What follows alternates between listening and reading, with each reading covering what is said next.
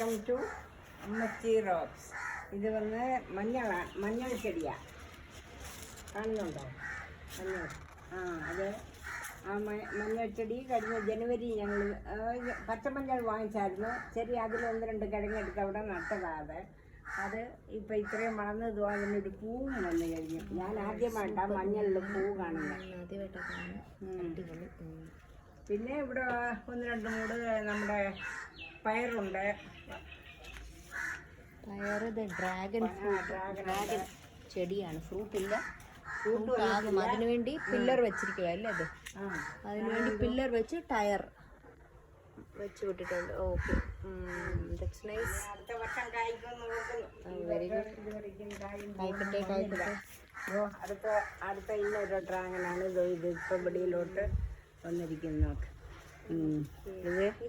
ഇത് വന്ന് ഗ്രാമ്പൂവിൻ്റെ ചെടിയാ. ഗ്രാമ്പു അതിൻ്റെ ചെടി. പംകിൻ, വെള്ള പംകിൻ വെച്ചിട്ട് 6 മാസമായുള്ളൂ. ഏത് ഗ്രാമ്പു? ഓക്കെ, വെള്ള പംകിൻ. വെള്ള പംകിൻ പന്തൽ. ഓ വാവ്, അടിപൊളി.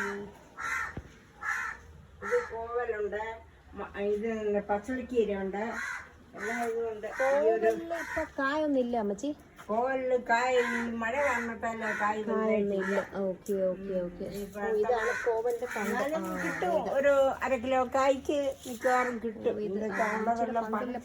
നല്ല സൂപ്പറാണ്. ഇതെല്ലാം മെയിൻ്റെനൻസ് അമ്മച്ചിയാണ്.